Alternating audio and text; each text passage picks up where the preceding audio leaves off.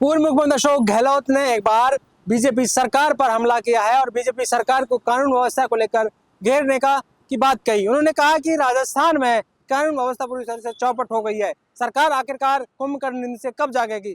पहले तो राजस्थान के अलग अलग इलाकों की तस्वीरें सामने आती थी, लेकिन अब जयपुर में भी लगातार इस तरह की घटनाएं सामने आ रही है, जहाँ पर चाकूबाजी, लूटमार और गैंगवार जैसी घटनाएं सामने आई है। ऐसे में पूर्व मुख्यमंत्री अशोक गहलोत ने कहा कि जिस तरह से हम लगातार सरकार को याद दिला रहे हैं कि राजस्थान में ये घटनाएं हो रही हैं, ऐसे में उन्होंने तमाम चीजें जिक्र की। उन्होंने जिक्र किया ऐसी बातों को लेकर भी कि किस तरह से महिलाएं सुरक्षित नहीं हैं, बालिकाएं सुरक्षित नहीं हैं, उनके साथ अलग अलग घटनाएं सामने आती हैं, लेकिन सरकार कुछ नहीं कर पा रही है क्योंकि गृह मंत्री खुद मुख्यमंत्री हैं। ऐसे में पूर्व मुख्यमंत्री अशोक गहलोत का यह बयान अपने आप में बड़ा बयान है। कानून व्यवस्था को लेकर लगातार विपक्ष इस बात को लेकर हमेशा कटघरे में सरकार को करता रहता है। ऐसे में अब ये देखना होगा कि इस पूरे मामले को लेकर सरकार का क्या पलटवार आता है, लेकिन कहा जा सकता है कि पिछले दिनों कई घटनाएं ऐसी हुई जिनको लेकर भी विपक्ष लगातार हमला बोल रहा है।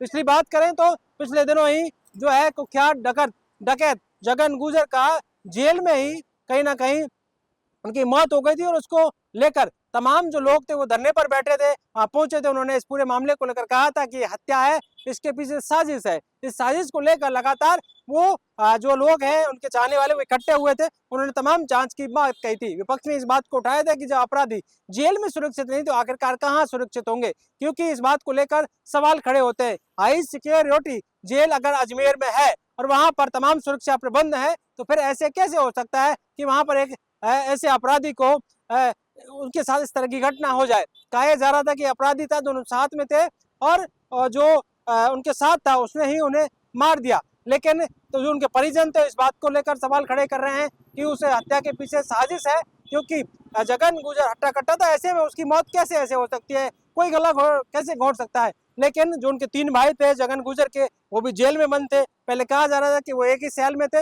लेकिन उनको हटा दिया गया वहां से और दूसरे वहां पर जो अपराधी था उसको ले आए गए। ऐसे में जो अपराधी था उसने हालांकि इस पूरे मामले को कहा कि वो कबूला था उन्होंने कि उन्होंने उसकी हत्या की है, लेकिन ये किसी के गले नहीं उतर रहा। इसी बात को लेकर जब वहां पर जगन गुर्जर को लेकर उनके शव को लेकर दाह संस्कार किया गया तो भारी संख्या में धौलपुर और उसके आसपास के लोग वहां पहुंचे थे और उन्होंने कहा था कि इसकी जांच किसी तरह पे हो, नहीं तो हम आंदोलन करेंगे। इसी को लेकर जब उनकी टीए की बैठक थी तब भी लोग पहुंचे थे, तब भी लोगों ने कहीं ना कहीं सवाल खड़े किए थे और आंदोलन की चेतावनी दी थी।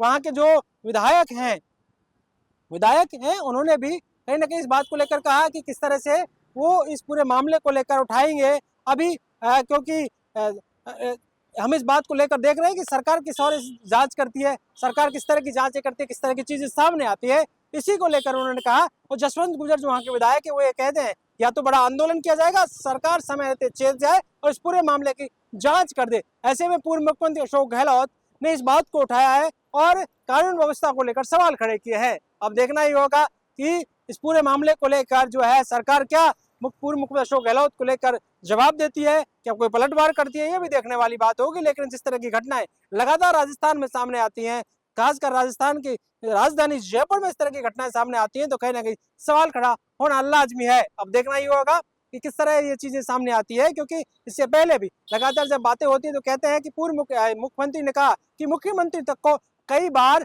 जो है धमकियां मिल चुकी हैं। ऐसे में कहीं ना कहीं इस बात को जाहिर करता है कि राजस्थान में कानून का इकबाल किस तरह से है।